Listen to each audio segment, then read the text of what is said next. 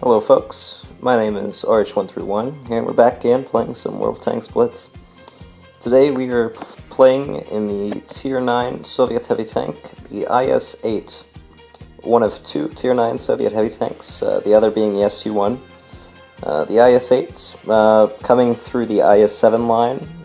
This was the oldest Russian heavy line in the game, the ST-1 and IS-4 line being the newer one.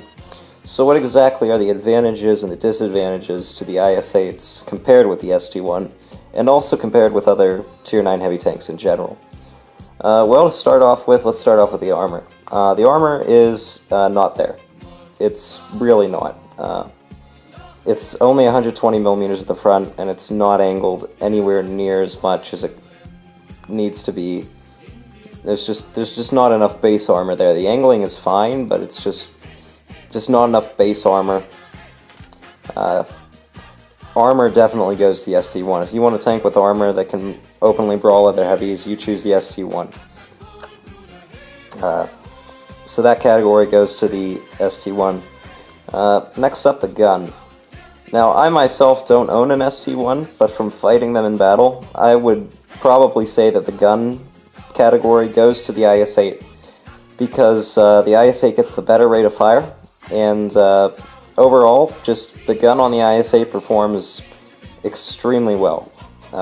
Accuracy, penetration-wise, it performs very well on the IS-8. So I'm going to put the gun category to the IS-8. Now, moving on, mobility. Mobility, hands down, IS-8. ST-1's, it's got the armor, but it doesn't have the mobility. The IS-8 can keep up with Tier 8 and 9 medium tanks. It's just an extremely maneuverable heavy tank. I'd put it, if you've played other Tier 9 heavies, I would put it around that of a Conqueror or an M103. Being that you don't have the armor, but you do have a good gun and decent mobility. The ST-1 falls more in line with the E-75, in that it's a brawler heavy tank. You want to openly engage the enemy, trade shots, use your armor. With the IS-8, what you've seen me been doing here in this town, peek-a-boom. Just pull into cover as soon as you're loaded, pull out, snap a shot off, and get back into cover. Don't allow enemy tanks, especially ones that have high DPM, don't allow them to use that. You want to fight them on your terms, not on their terms. You want to control the engagement. Now, this match here was pretty much a complete steamroll. Our team worked well together. We were able to completely overwhelm and destroy the enemy. Thinking this last tank is somewhere over here. Yep, I thought he was AFK. He might as well have been AFK for all he contributed to his team. In fact, that shot right there was the only reason I realized he wasn't in fact AFK. But other than that, this match over. I wasn't able to get that shot off. Just not exactly fast enough. You can go fast, but you can't go faster than a bullet. On the bright side in that match, we were able to penetrate every shot we fired. We had 5 shots altogether. All 5 hit, all 5 penetrated, all 5 did damage. We were able to walk away with 1,700 damage. Not exactly extremely high, but it's better than nothing. And a win is always a good win. And just judging by the amount of tanks that's on my team that also had above 1,000 damage, like I said, we worked well together as a team. We were able to completely overwhelm them. We all worked together and we all got an even share of the damage. Next replay. Again, we're on Vineyards, which this map was new as of 2.11, and I personally enjoy this map. Though by saying that, I should also probably state the last match was my second game on this map. This is my third game on this map, so first impressions of it, very enjoyable. It's just overall encompassing the what I like to see in a map. It's got good urban areas for heavy tanks, and a nice long-range areas for TDs to snipe, and it's got good medium tank area in the center for medium tanks to brawl it out. So that's what I like to see in maps. I definitely don't like seeing maps that are one-sided or in favor of one type of tanks, like Mines or Falls Creek. Just those maps are just one-sided. They favor a certain type of tank. So if any wargaming devs are watching this, I'd say more maps like this, please. Back to the game. We're spawning on the other side this time, so I actually went up and took the other town, this one being more destroyed, war-torn. And right now, I'm going around trying to find so many tanks. There's 2 spotted moving through our spawn, so I'm looking for a good area to get some flanking shots in on them.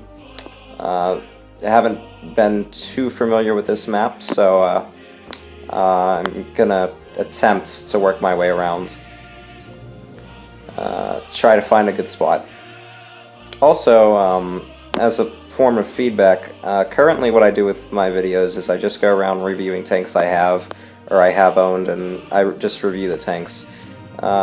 Any of you guys that watch my videos, if you want to tell me in the comments or on the forums, just more of, if you'd like me to do, I can do map reviews, I can do gameplay features, some tutorials. I'm down for doing what you guys want me to do.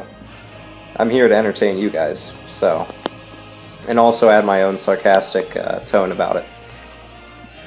Back to this game. Put 2 shots in so far, 1 in the pen and 1 in that M103. I pop my adrenaline here to get the next shot off, and that M103's decided he doesn't want to fight me anymore, so he's going to try to run away. He cannot escape the sincere power of Mother Russia. And speaking of the power of Mother Russia, here is a Patton with a damaged ammo rack. And thanks to the glorious power of Joseph Stalin himself, our shell was guided directly to the capitalist ammo and blew his fat American ass into the afterlife. Now, the back of that fascist J Panther's tank is not armored at all, so I'm able to snap an HE round in there. And I do believe that's the side of a J Panther. Isn't that where the ammunition is stored? Comrade Stalin agrees. And that's back-to-back ammo racks. And that's really one of the big factor if you're looking into Russian tanks. The Russian accuracy scale. Never doubt it. Just look at that, full speed, no problem. Just Russia. If you sacrifice enough dissidents to Stalin, Stalin will reward you. And that was a very good game. I myself am not a big fan of the IS-8. I'm okay with it, and I like it a little bit, but I'd much rather prefer more so heavy tanks. But it's definitely, if you like medium tanks and you're a fan of mobile tanks, then the IS-8 is definitely a good choice. 7 shots fired there, 7 hits, 7 penetrations. Just an excellent gun. It's an excellent mobile gun. And it's got some armor. As you can see, I bounced a good bit off my turret there. It's got some armor to deal with some tanks, but in most situations, you're going to want to use your mobility and your gun to just overwhelm the enemy. That's all for today, folks, and I'll catch you next time.